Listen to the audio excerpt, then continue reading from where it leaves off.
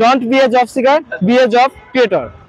আসুন আমরা উদ্যোক্তা হই, আমরা চাকরির খোঁজে না থেকে নিজেকে খরচ থেকে বের করে নিয়ে এসে উদ্যোক্তা হয়ে নিজে কিছু করি। আমি রিফাত হোসেন, আমি পেশায় একজন ছাত্র। আমি লেখাপড়ার পাশাপাশি এই যমুনা ফিউচার পার্ক এবং বসুন্ধরা গেটের পাশে একটি কর্ম করে খাচ্ছি। এটা আসলে আমাদের বাংলাদেশে বর্তমান যে অবস্থা, যে সিচুয়েশনটা ক্রিয়েট হয়েছে, আমরা অনেকাংশে আমরা লেখাপড়া করে বেকার অবস্থায় আছি। বিশেষ করে আমি অনার্স ফাইনাল ইয়ারে পড়ছি ইন ম্যানেজমেন্টে, কিন্তু আমি অনেকদিন চাকরি ট্রাই করার পরে চাকরি হচ্ছিল না, চাকরি হয়নি। তারপর আপনার আন্দোলনের পরে টিউশনে ছুটে যাওয়ায়, টিউশনে না পাওয়ায় আমি এই পেশাতে নিয়োজিত হয়েছি। এটা আসলে আমার মূলত পেশা না, এটা হচ্ছে আমার পার্ট টাইম পেশা। সবাই আমার জন্য দোয়া করবেন, আর সবাই নিজের থেকে কিছু করার চেষ্টা করবেন, নিজের উদ্যোক্তা হন। আমাদের প্রধান উপদেষ্টা একটা কথা বলেছেন, don't be a job seeker, be a job creator.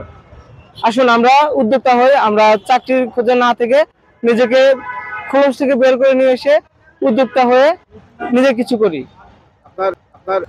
আসলে আমার হাতটি হলো জন্মগতভাবে নেই,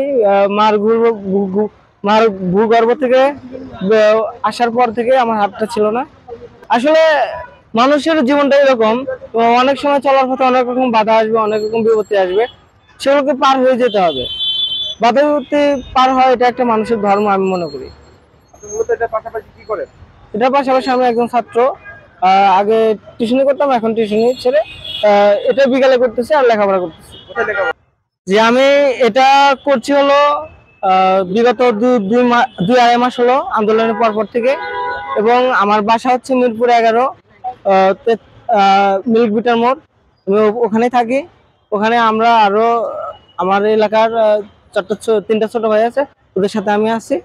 এই তো আমার ঢাকার জীবন। হ্যাঁ আলহামদুলিল্লাহ, কারণ এটা বলতে হবে, কারণ আল্লাহ তাআলা যেভাবে রাখুক না কেন আমাদের শুকরিয়া আদায় করতে হবে তার। তো আমি সে জায়গা থেকে আলহামদুলিল্লাহ অনেক ভালো আছি।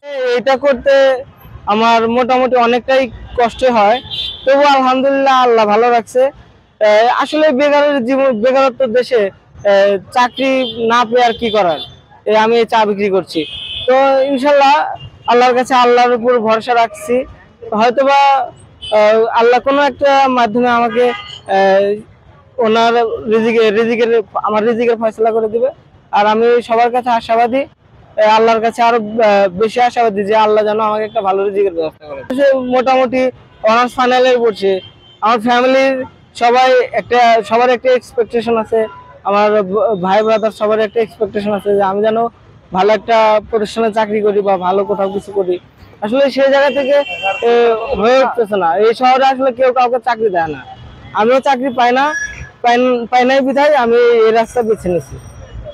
চাকরি পেলে চাকরি করতেন? হ্যাঁ, আমি চাকরি পেলে অবশ্যই চাকরি করব।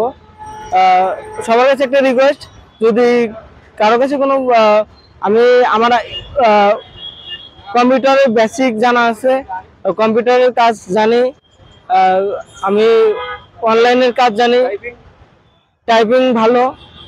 হ্যাঁ, আমার হচ্ছে ম্যানেজমেন্টে পড়ছি ফাইনাল ইয়ারে।